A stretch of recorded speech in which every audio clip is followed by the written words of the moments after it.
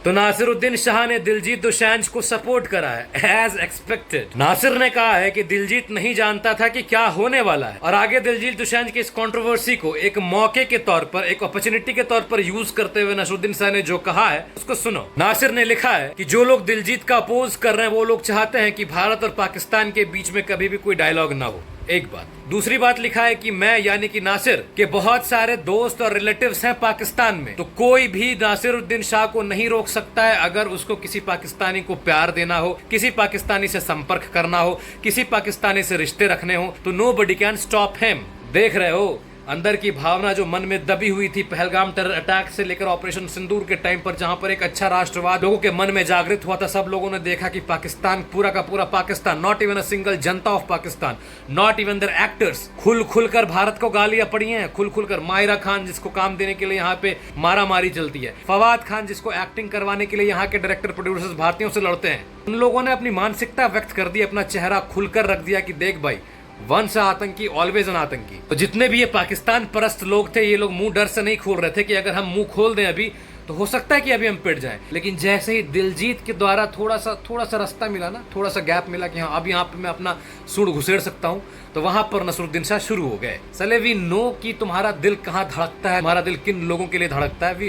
हम जानते हैं, हम सब कुछ जानते हैं। लेकिन तुम ये जो छुपाने की कोशिश कर रहे थे उतने दिनों से अपने आप को, पहलगाम टेरर अटैक्स में तुमने तो कुछ कहा नहीं, मुझे नहीं लगता है कि ऑपरेशन सिंदूर में भी कुछ कहा होगा, और अगर कहा भी होगा ऊपर मन से तो आई डोंट नो। अब जो तुम कह रहे हो ये हम सब देख रहे हैं और सब जान रहे हैं। मतलब इतना कुछ होने के बावजूद पाकिस्तानियों ने हमें भर भर कर गालियां दी, हमारे अंदर घुसकर, हमारे बाउंड्री के अंदर आकर हमारे लोगों का कत्लेआम किया। जब हमने बदला लिया, हमने टेररिस्ट साइट्स को अटैक किया, no civilians were targeted in our Indian precision attack, फिर भी आपने देखा कि पाकिस्तानियों का रिएक्शन क्या था, पाकिस्तानी एक्टर्स का रिएक्शन क्या था। और अब देखो नसरुद्दीन शाह जो उतने दिनों से अपने मन की भावना को दबाए रख रहे थे, आज मौका मिला तो निकाल दिया। इनको हिंदुस्तानी कहते हैं, और हिंदुस्तानियों में क्या कहते हैं, फैंस, हिंदुस्तानी इंडियन ऑडियंस कहते हैं भाई नासिर भाई की एक्टिंग है भाई, I am fan of his.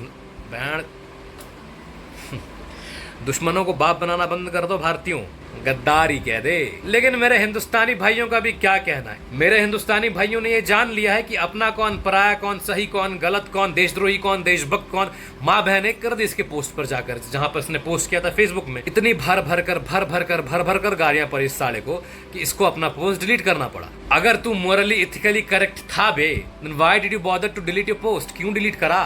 दोस्तों अपने इस पोस्ट पे ये लिखता है कि अगर पाकिस्तानियों से रिश्ता रखने पर इसको गो टू पाकिस्तान कहा जाएगा तो ये उनको गो टू कैलासा कहेंगे। हमने तो कभी भी कैलासा का जिक्र तक नहीं किया। किन हिंदू ने कहा आज तक कि कैलासा हमारा देश, प्राउड टू बी इंडियन, और इंडिया मेरा देश है। इस देश में, इस भूमि में मेरे राम हुए, इस भूमि में मेरे कृष्ण हुए, इस भूमि में यदुनंदन श्री कृष्ण ने गैया चराई। ये भूमि हमारी है, इट बिलोंग्स टू मी।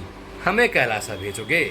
तेरा दिल धड़कता है उन लोगों के लिए जो लोग इस देश को तोड़ने का काम करते हैं, जो लोग चोरी छुपे रात के अंधेरे में सिविलियंस का भेष बनाकर बॉर्डर क्रॉस करते हैं चोरों की तरह, और आकर हमारे लोगों को गोलियां दागते हैं। और जब हम सीना तान कर उनके देश में मौजूद उनके टेररिस्ट साइट को तोड़ते हैं, तबाह करते हैं, नेस्तनाबूद करते हैं, तब तुम्हारे उन्हीं लोगों को, जिन लोगों को तुम अपना बाप मानते हो, जो कहते हो कि हम अगर उनको प्यार दें तो कोई फ़र्क नहीं पड़ना चाहिए किन्हीं को, उन लोगों को तब बहुत फ़र्क पड़ जाता है जब हम आतंकी ठिकानों को ध्वस्त करते हैं। देशद्रोही हो तुम भाई, हो देशद्रोही। और ये चीज़ तुम भली भांति जानते हो कि तुम्हारा दिल कहाँ धड़कता है। तुम देशद्रोही हो, यू नो दैट। तुम देशद्रोही हो, ये पूरा भारत भी जानता है। लेकिन कुछ लोग जो बेवकूफ़ हैं, जिनकी मानसिकता सड़ी गली है, जो लोग छद्म राजनीति का और एक सेक्युलरिज्म नाम का एक शब्द है उसके दीवाने बन पड़े हैं, उन लोगों को नसरुद्दीन शाह बहुत पसंद आएंगे। उन लोगों को नसरुद्दीन शाह की एक्टिंग की ही पड़ी होगी। भाई एक्टिंग है, लट्ठ मारे ऐसे एक्टिंग पे, जुत्ते मारो ऐसे एक्टिंग पे, और ऐसे एक्टर पे जो तेरे देश का ना हो।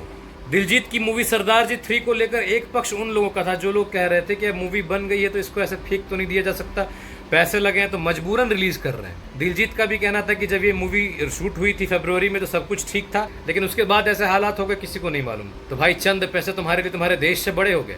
और अगर चलो ठीक है, तुमने एक चीज़ ये भी हम मान लेते कि मजबूरी में रिलीज किए, लेकिन उसके बाद जिस प्रकार से तुम लोग पाकिस्तान में इसको रिलीज करवा कर, और पाकिस्तान जिसके पास आटे खाने के पैसे नहीं है, वो लोग जबरदस्ती का जद्दोजहद करके इधर उधर से वो जो IMF से जो $2 बिलियन का कर्ज मिला था उस पैसे से कुछ काट कर तुम्हारे मूवी में डाल रहे हैं लोग कि भारत को जलाया जा सके। हम जलेंगे। अगर तुम्हारी मूवी 100 करोड़ भी कमा लेती है पाकिस्तान में तो भारत जलेगा। हमारे यहाँ जो मूवियाँ फ्लॉप करती हैं वो 100 करोड़ कमाती हैं। सलमान भाई इसका एग्जाम्पल है। भाई कोई मजबूरी में रिलीज किया हुआ नहीं है। दिलजीत दोसांझ एंड टीम, किसी को इस बात का जरा सा भी फर्क नहीं पड़ता कि देश का स्टैंड क्या है, देश किसके साथ खड़ा। They don't care, they only care about their own things, own propaganda, own agenda, और वही सब चल रहा है। हमने देखा कि पाकिस्तान की मीडिया में किस प्रकार से दिलजीत दोसांझ के इस मूवी को एक टूल बनाकर, एक वेपन बनाकर यूज़ किया जा रहा था। वो लोग कह रहे थे कि ये किया दिलजीत ने, हमारे हानिया आमिर ने ऐसे किया वैसे किया, इंडियंस को डिसअपॉइंट किया। तो हमको डिसअपॉइंट करके दिलजीत कितना ही बचेगा? पाकिस्तान में जगह मिल जाएगा उसे, वहाँ रहेगा वो। हाँ, अगर तू जा रहा है वहाँ तो अपने साथ साथ नासरुद्दीन शाह को भी लेता जा भाई। FWICE ने पहले ही कह दिया था 2019 को, जब ये एक पाकिस्तानी अमेरिकन प्रमोटर रेहान सिद्दीकी के कॉन्सर्ट में परफॉर्म करने जा रहा था, तभी कह दिया था कि पाकिस्तान के साथ काम नहीं करने का है। तो अगर दिलजीत ये कहे कि फरवरी तक सब ठीक था, तो यार लाइंग ब्रो, 2019 से ही सब कुछ तुमको मालूम। खैर चलो, तुम्हारी अपनी मर्जी है, तुमने भारत के बजाय पाकिस्तान को चुना। तुमको खुशी हो रही है कि पाकिस्तान में तुम्हारी मूवी बहुत अच्छा परफॉर्म कर रही है, तो अब से अपनी मूवियाँ पाकिस्तान में ही रिलीज करना, अब से अपने गाने भी पाकिस्तानियों को ही सुनाना। गद्दार चले गए ओए।